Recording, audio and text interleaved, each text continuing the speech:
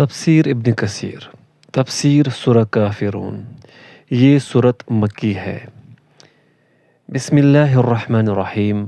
اللہ کے نام سے شروع جو نہایت مہربان بہت رحم کرنے والا ہے۔ قل یا ایہا الکافرون، اے نبی آپ کہہ دیجئے اے کافرو، لا اعبد ما تعبدون، میں ان بتوں کی عبادت نہیں کرتا جن کی تم عبادت کرتے ہو، ولا انتم عابدون ما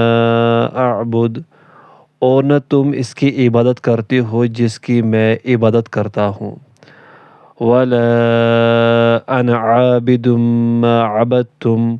اور نہ میں عبادت کرنے والا ہوں جن کی تم عبادت کرتے ہو، ولا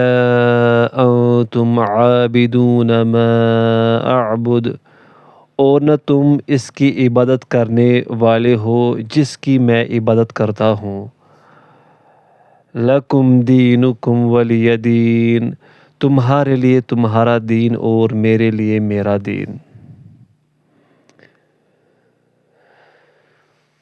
تفسیر نوافل میں سورہ کافرون کی قرأت۔ صحیح مسلم میں حضرت جابر رضی اللہ عنہ سے روایت ہے کہ رسول اللہ صلی اللہ علیہ وسلم نے طواف کی 2 رکعتوں میں اس سورت اور سورہ قل ھو اللہ احد کی قرأت فرمائی۔ صحیح مسلم ہی میں حضرت ابو ہریرہ رضی اللہ عنہ سے روایت ہے کہ رسول اللہ صلی اللہ علیہ وسلم نے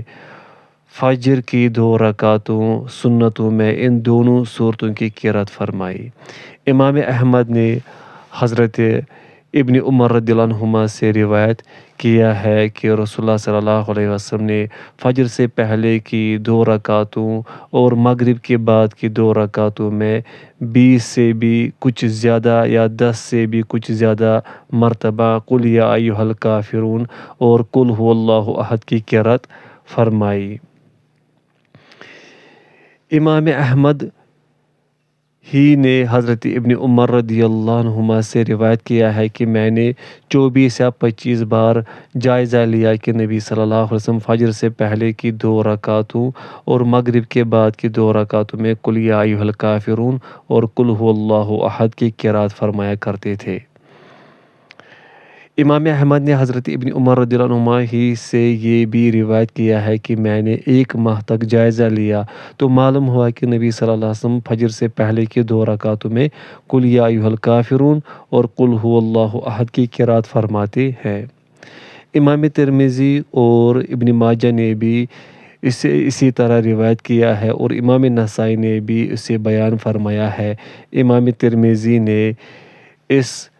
حدیث کو حسن قرار دیا ہے۔ قبل ازیں یہ حدیث بھی بیان کی جا چکی ہے کہ یہ سورت ربع چوتھائی قرآن کے برابر ہے، نیز سورہ زلزال بھی ربع قرآن کے برابر ہے۔ تفسیر آیات 1 تا 6۔ شرک سے برات۔ یہ سورہ مبارکہ اس عمل سے برات کے اظہار پر مشتمل ہے جسے مشرک انجام دیتے ہیں، نیز اس میں اخلاص کا حکم دیا گیا ہے۔ ارشاد باری تعالیٰ ہے، قل یا ایھا الکافرون، اے پیغمبر آپ کہہ دیجئے اے کافرو۔ اگرچہ یہ خطاب روئے زمین کے ہر کافر سے ہے لیکن اس کے اولین مخاطب کفار قریش تھے۔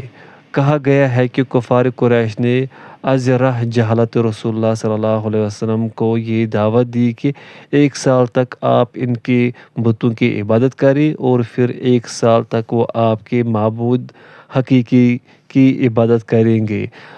تو اس موقع پر اللہ تعالیٰ نے اس سورہ مبارکہ کو نازل فرمایا اور اپنے رسول صلی اللہ علیہ وسلم کو یہ حکم دیا کہ آپ ان کے دین سے بالکل برات کا اعلان فرما دے کہ لا اعبد ما تعبدون، میں ان کی عبادت نہیں کرتا جن کی تم عبادت کرتے ہو، یعنی میں اصنام و انداد کی عبادت نہیں کرتا، ولا انتم عابدون ما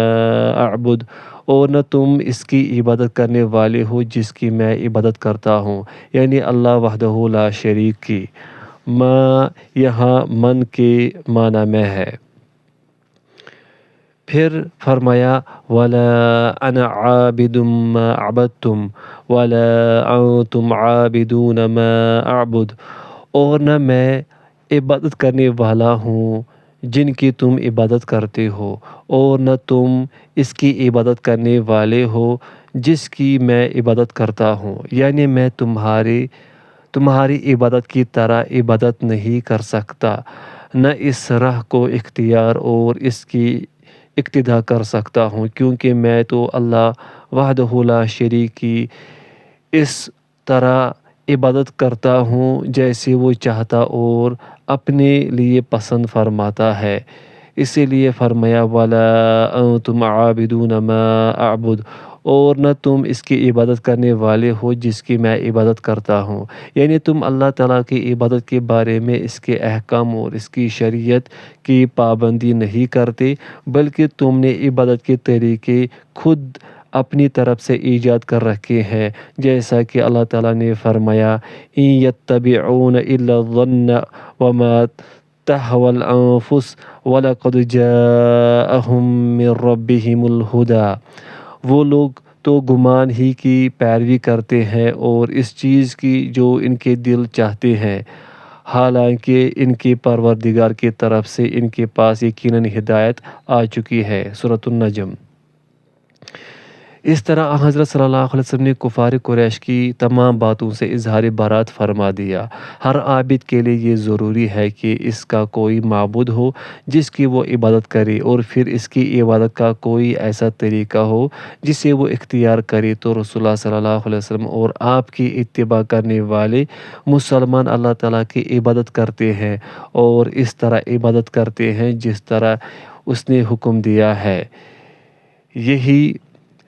وجہ ہے کہ کلمہ اسلام لا الہ الا اللہ محمد رسول اللہ ہے، یعنی اللہ تعالیٰ کے سوا کوئی معبود نہیں اور اس تک پہنچنے کا سوائے اس کے اور کوئی راستہ نہیں جسے حضرت محمد صلی اللہ علیہ وسلم نے بیان فرمایا ہے، جبکہ مشرکین غیر اللہ کی عبادت کرتے ہیں اور اللہ تعالیٰ نے قطعاً اس کی اجازت نہیں دی۔ اسی لیے رسول اللہ صلی اللہ علیہ وسلم نے ان سے مخاطب ہو کر فرمایا لَکُمْ دِینُکُمْ وَلِیَ دین، تمہارے لیے تمہارا دین اور میرے لیے میرا دین، جیسا کہ اللہ تعالیٰ نے فرمایا وَإِن كَذَّبُوكَ فَقُل لِّي عَمَلِي وَلَكُمْ عَمَلُكُمْ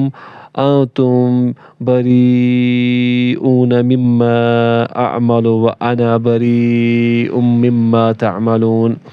اور اگر وہ آپ کو جھٹلائے تو کہہ دیجئے میرے لیے میرا عمل ہے اور تمہارے لیے تمہارا عمل، تم اس سے بری ہو جو میں عمل کرتا ہوں اور میں اس سے بری ہوں جو تم عمل کرتے ہو۔ سورہ یونس۔ اور فرمایا لَنَا أَعْمَالُنَا وَلَكُمْ أَعْمَالُكُمْ، ہمارے لیے ہمارے اعمال ہے اور تمہارے لیے تمہارے اعمال ہے۔ سورۃ القصص۔ امام بخاری رحمہ اللہ فرماتے ہیں کہ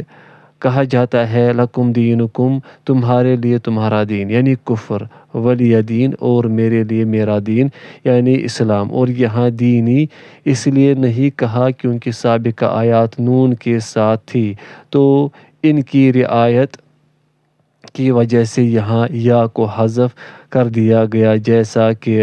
فَهُوَ يَهْدِينِ اور یشفین